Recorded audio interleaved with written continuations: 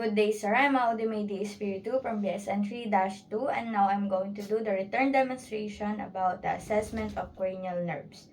So the goal of this assessment is to assess for the function of cranial nerves and to detect any abnormalities. So the first thing we need to do is to build a rapport with the patient uh, upon taking health history if he has experienced any traumas, tingling or numbness, tremors or tics, a limping, paralysis, uncontrolled muscle movement, or problems with vision, taste, touch, hearing, smell. So now we're going to prepare for our client. So and for the necessary materials we need to use. So it includes the coffee or vanilla granules, the pen light, a Snellen chart, a tongue depressor, tuning fork, a salt or sugar, a cotton, and a gauze pad, and an improvised of a cover of a pen, which is for the pin. So now for the procedure, we're going to introduce ourselves to the client and to discuss what we'll be going to do. So, good day, sir. I'm Maldemidi Espiritu, a student nurse from Maslayan University, Philippines. So, I'm here po to perform a cranial examination with the nerves in your face. So, would that be okay with you, sir? So, sir, may itatanong lang po ako sa inyo. So, sir, pwede po bang malaman yung pangalan nyo? Mark Neil Dakoy Espiritu. So, kailan po birthday po natin, sir? September 11, 1986. So, sir, may itatanong lang po ako sa inyo. Nagkaroon na po ba kayo ng any trauma or nagkaroon na po kayo ng injury? Wala naman po. So, sir, ano po, wala pa po kayo nararanasan ng panginginig? Wala pa naman po. So, sa ano naman po, nagkaroon problema na po ba kayo sa paningin, pandinig? Wala naman Sa po. panlasa po, wala pa naman Wala po. naman po. So, sir, sa ngayon po, wala naman po kayo nararamdamang sakit? Wala naman po. Kahit ano pong masakit, wala po? Wala naman po. So, sir, ngayon po, gagawin po natin is i-assess po natin yung cranial nerves nyo po. Importante po na magkaroon po tayo ng kooperasyon sa bawat isa para magkaroon tayo ng magandang daloy po ng pag-assess sa inyo. Okay po Okay ba po. yan? Sige po, sir. So, now I'm going to close the door in order to provide the privacy for the client and do a hand rub in order to prevent the spreading of microorganism. So now the first thing we need to assess is for the cranial nerve number 1, which is the olfactory. So we're going to ask the client to close his eyes and to identify the different mild aromas. So sir, papikit na lang po ng mata natin, then may ipapaamoy po ako sa inyo, pasabi na lang po kung ano ito. Ano po ito, sir? Kape. Okay po, tama po. Panatilihin lang po nakapikit. Isa pa po ako ipapaamoy. Vanilla. Okay po. Thank you po. So, pwede na po dumilat, sir. So, now we're going to assess for the cranial nerve number 2 for the optic nerve, which we're going to ask the client or instruct the client to read the Snellen chart at 20 feet away. And then we're going to check for the visual field by confrontation and then to conduct a ophthalmoscopic examination. So, sir, tayo po tayo dito. Dito po. Then, ito po yung Snellen chart po natin. Babasahin lang po natin siya mula sa taas pababa. So, takip po ng kanang kamay nyo po. Ay, ng kanang mata nyo po. Sige po. So, pabasa po. E, F, T, T, O, Z, L, P, E, D, P, E, C, F, D, E, D, F, C, Z, P, F, E, L, O, P, Z, D, D, E, F, P, T, E, C. So, sir, kabila naman po. Magsisimula naman po tayo mula dito sa baba, papataas po. D, E, F, P, O, T, E, C, F, E, L, O, P, Z, D, E, D, F, C, Z, P, PECFD, LPED, TOZFDE. Okay po, sir. Upo na po tayo ulit. So, ngayon, sir, tatakpan na po ulit natin yung kabilang mata natin. Then, ilalagay ko po yung kamay ko dito. Then, i-wiggle ko po. Tapos, sasabihin niyo po sa akin kung ano po yung mas nakikita niyo. Or ituturo niyo na lang po. Sige po. Sige po, pakatakpan na po yung kanang kamay. Mata. Okay, sir. Yung kabila naman pong mata. Sige po. Excuse me. Okay. So, sir, okay na po? Paano na po? Check ko lang po yung mata niyo.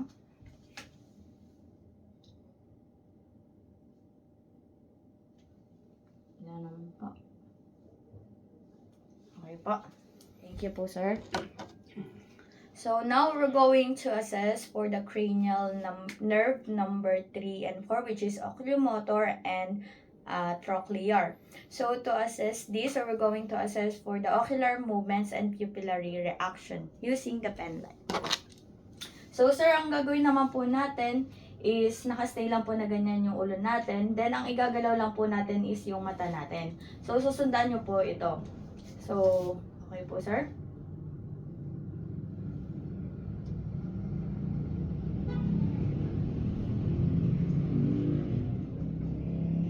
So, sir, panatilihin lang po nakaganyan yung pwesto nyo. Then, ilalapit ko po itong pen light sa gitna po ng ilong nyo. Okay po?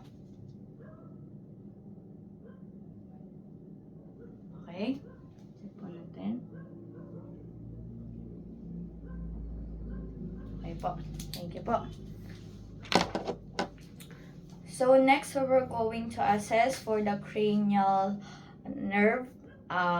Nerve 5, which is the trigeminal. So we're going to ask the client to look upward, and we're going to use a sterile gauze to touch it slightly from the lateral area or lateral sclera of the eye and to elicit the blink reflex. So, sir, tingin po tayo sa taas. Okay. Thank you po. So, now to assess for the light sensation, so we're going to use a cotton. Then, we're going to ask the client to close his eyes and whips the cotton in the area of cleansed forehead and the paranasal sinuses. So, sir, pwede po bang pumikit muna tayo? Then, sabihin niyo po sa akin kung may mararamdaman po kayo, sabihin niyo lang po yung word na yes. Okay po? Yes. Yes. Yes. Yes. Yes. Okay po, thank you, sir. So, panatilin lang po nakapikit. So, now we're going to test for the deep sensation using an improvised Cobra pen with a blunt and sharp ends. So, we're going also to instruct the client to close his eyes and to touch it in a same area. Okay po? Pasabi na po ulit ng yes, sir, kung nararamdaman. Yes. Yes. Yes. Yes. Yes. Okay po, thank you, sir. Pwede na po dumilat. So, now we're going to assess for the cranial nerve 6, which is the abducens, to assess for the direction of gaze. So, sir, ang gagawin po natin is susundan nyo lang po kung saan po pupunta yung ilaw ng pen light na to. Okay po? Okay po. Yung mata lang po gagalaw.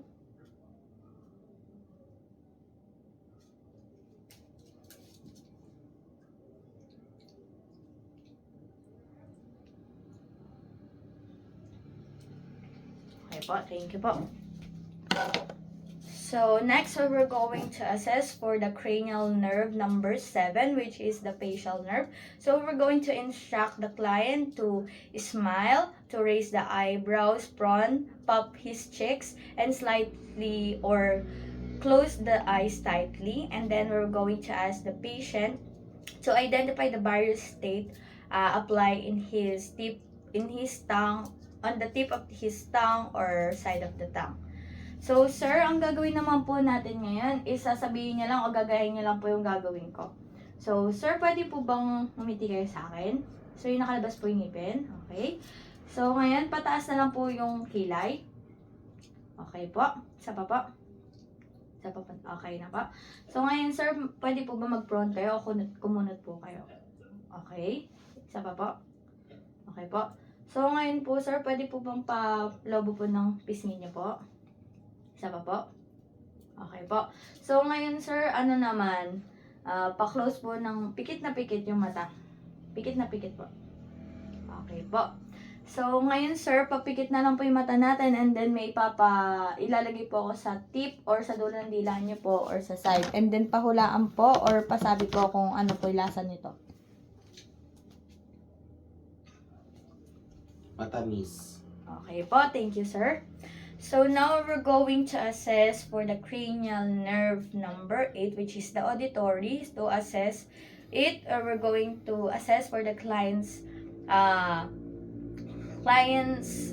if the ability to hear the spoken word and vibration of the tuning fork. So, sir, ang gagawin na po natin, pwede na po kayo dumilid, sir. So, ang gagawin po natin is may ibubulong po ako sa inyo and then pasabi na lang po ulit. Sinigang. Okay? Adobo. Okay po. So, ngayon, sir, gamit po itong aparato na to. So, ilalagay ko po ito sa likod po ng tenga ninyo. Then, pasabi po ko ng stop kung hindi nyo na po nararamdaman yung pag-vibrate. Okay po.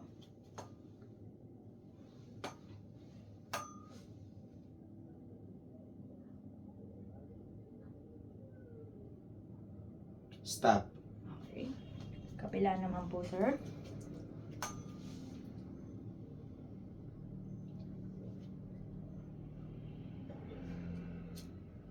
Stop.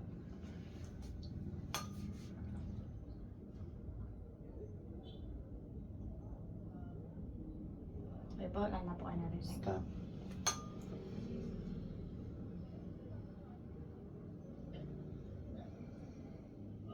Ano po. Stop. So, ngayon, sir, ilalagay ko po ito sa gitna ng noo nyo. Then, pasabi po kung saan po mas malakas or mas naririnig sa kanan, kaliwa o sa gitna po.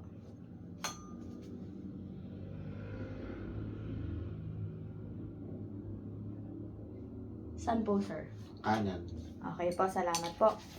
So, now we're going to assess for the cranial number 9 and 10, which is the glossopharyngeal and the vagus. So, now we're going to ask the patient we're going to apply a taste or ask the patient we're going to excuse me. So, we're going to apply a taste on a posterior tongue of the client for identification. Then, we were going to ask the client to show his tongue or to say ah and move his tongue from up and down and side to side.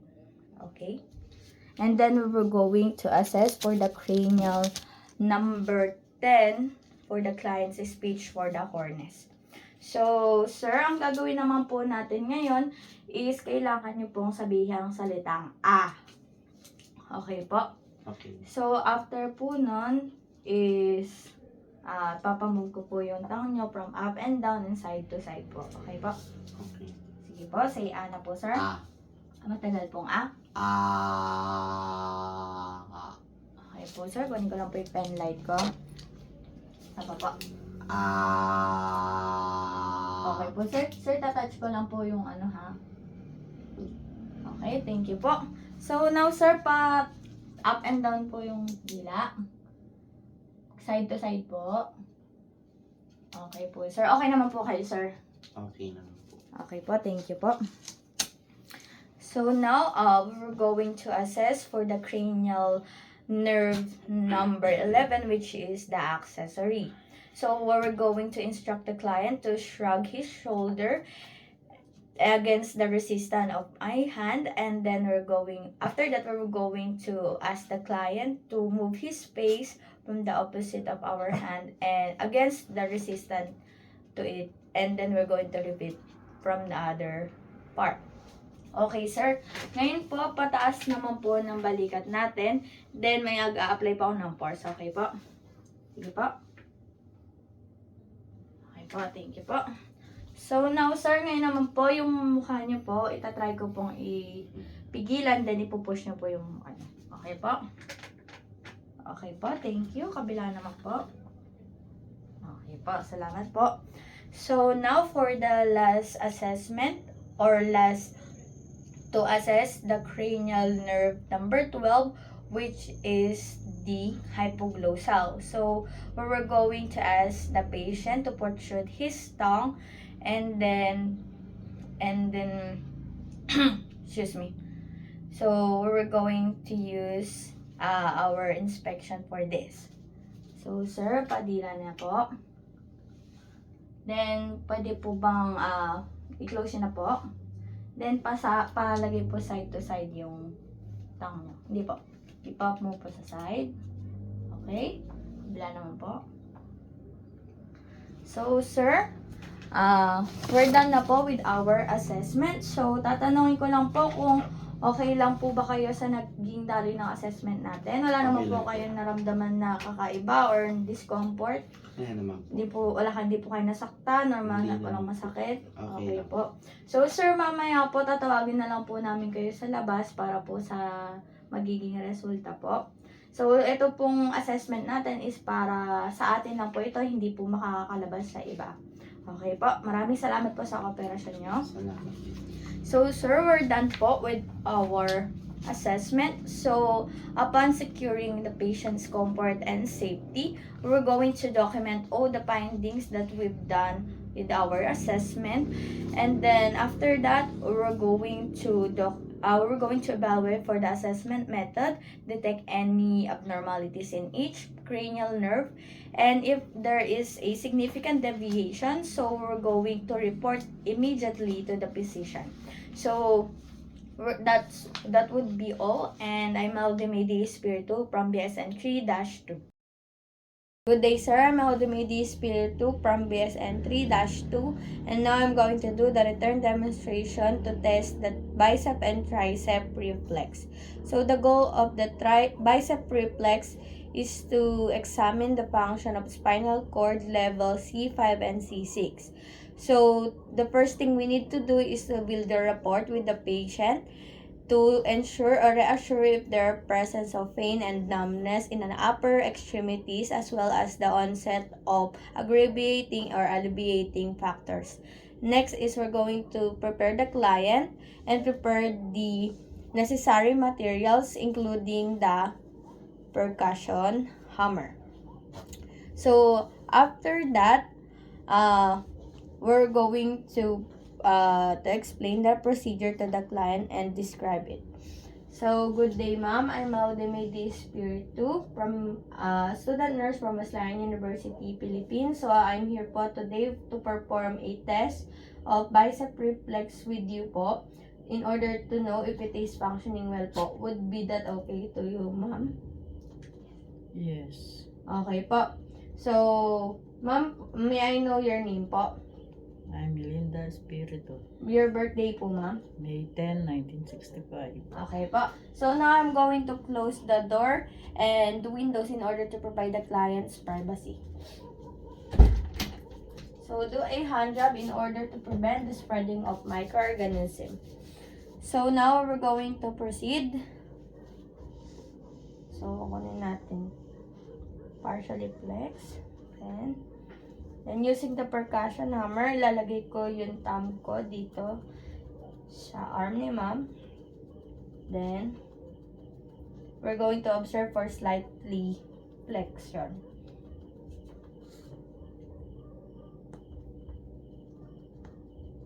Okay. So, now we're going to test the tricep reflex, which the goal of this is to examine the function of spinal cord level C7 and C8.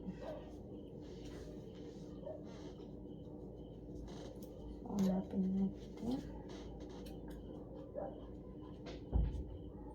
Okay.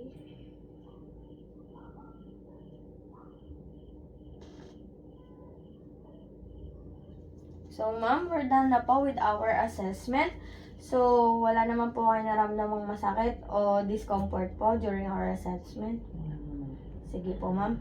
So, after securing the patient's safety and comfort, so we're going to document all the findings and evaluate for the detailed procedure and describe the reflex responses appropriately based on the scale for grading reflex responses and report for significant deviation from normal to the physician. And I'm Maldumedi Spiritu from BSN 3-2.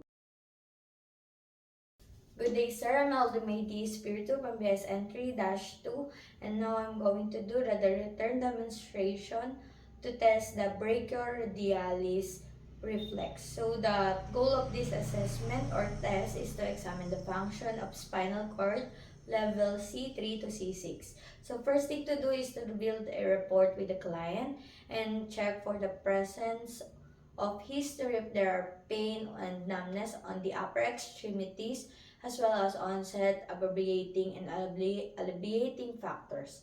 So, next is we're going to prepare the client and prepare the necessary materials to be used, which is the percussion hammer.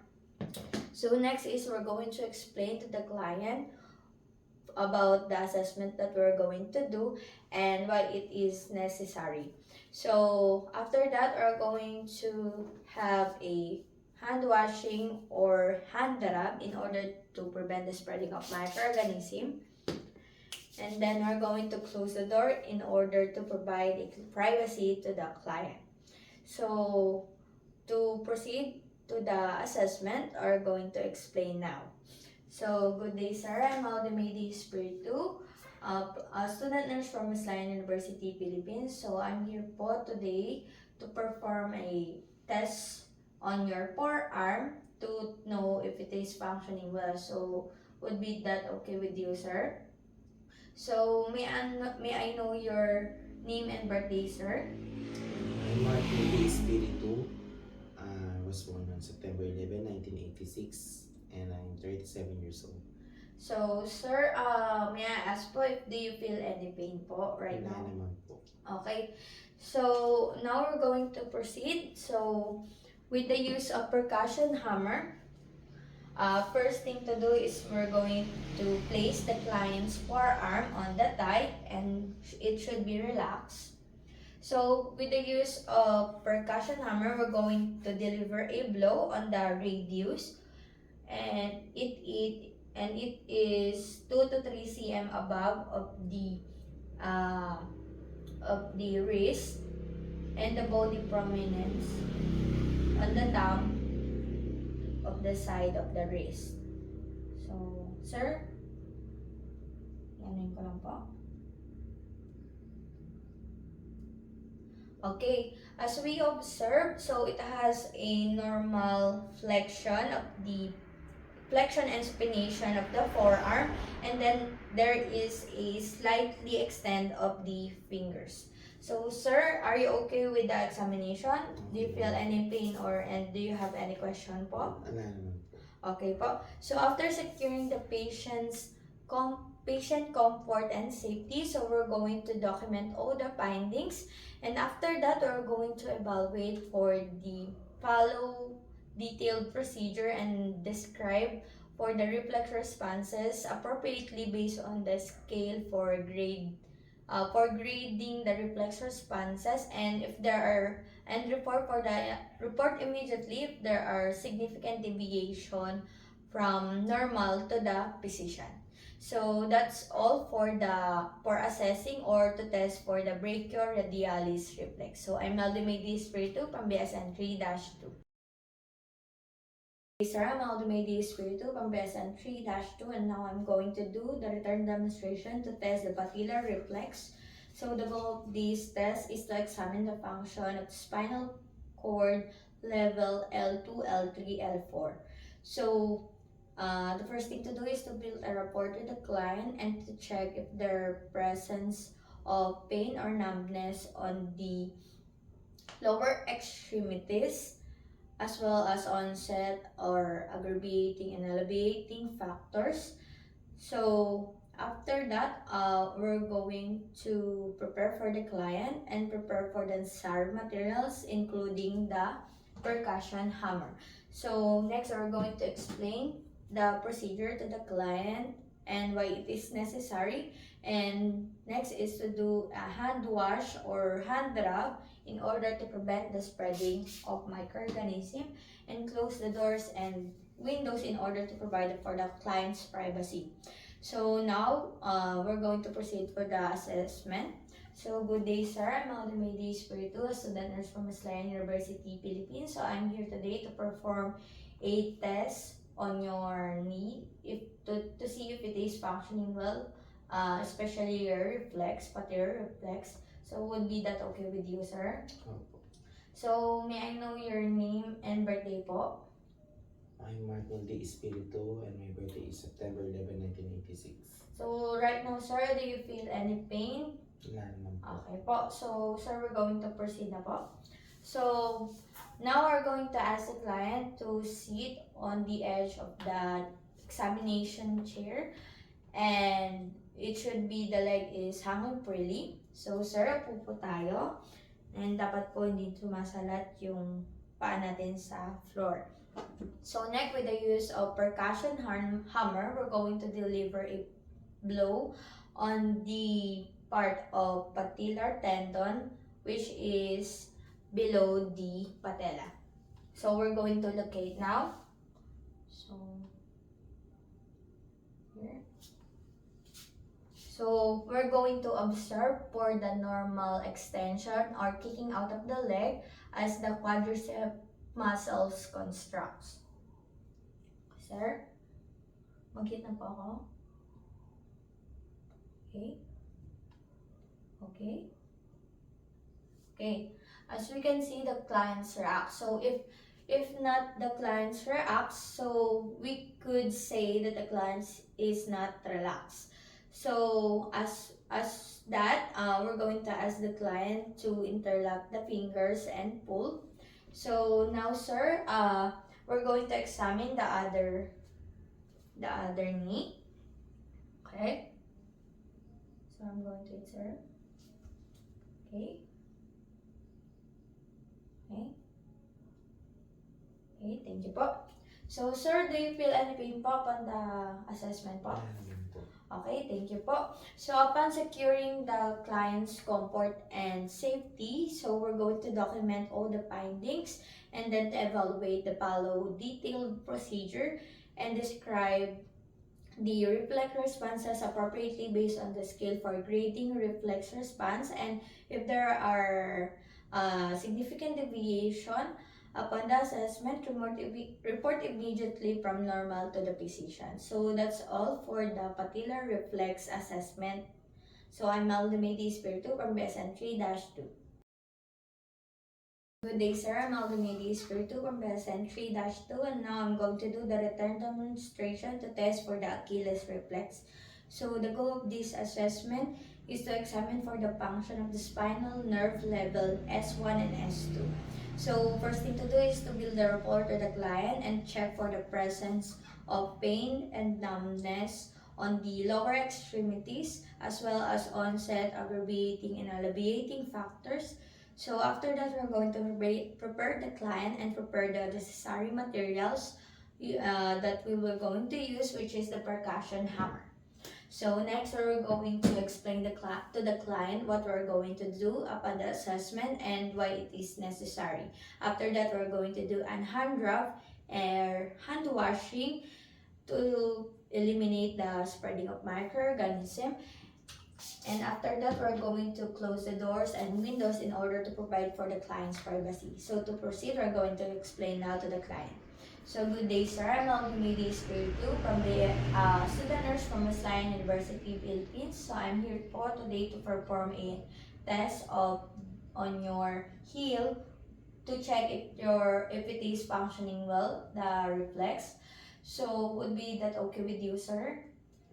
So, may I know your name and birthday po, sir? Martin D. Espiritu, September 11, 1986. So, do you feel any pain, sir, right now? Wala naman po. Okay po, sir, we're going to proceed na po with the assessment. So now we're going to ask the client to sit on the examination chair or in the edge of the examination chair, which the legs should be not touched on the floor and or it should be hanging freely.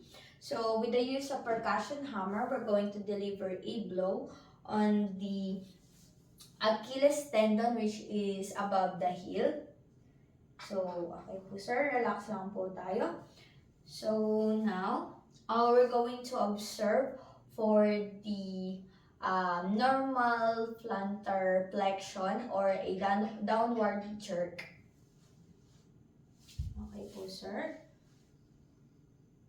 So, with the use of our hand, we're going to slightly dorsiflex the foot of the client. Sir, relax lang po. And we're going to observe and feel for the normal plantar flexion. Okay? So, yan naman po.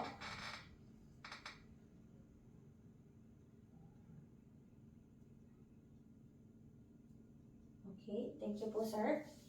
So, do you feel any pain, sir, upon our assessment? Okay po. So, after securing for the client's comfort and safety, so we're going to document all the findings. And after that, we're going to evaluate for the followed detailed procedure and describe for the reflex responses appropriately based on the scale for grading of the reflex responses and report immediately if there are significant deviation on the assessment or from normal to the physician. So that would be all to test for the Achilles reflex.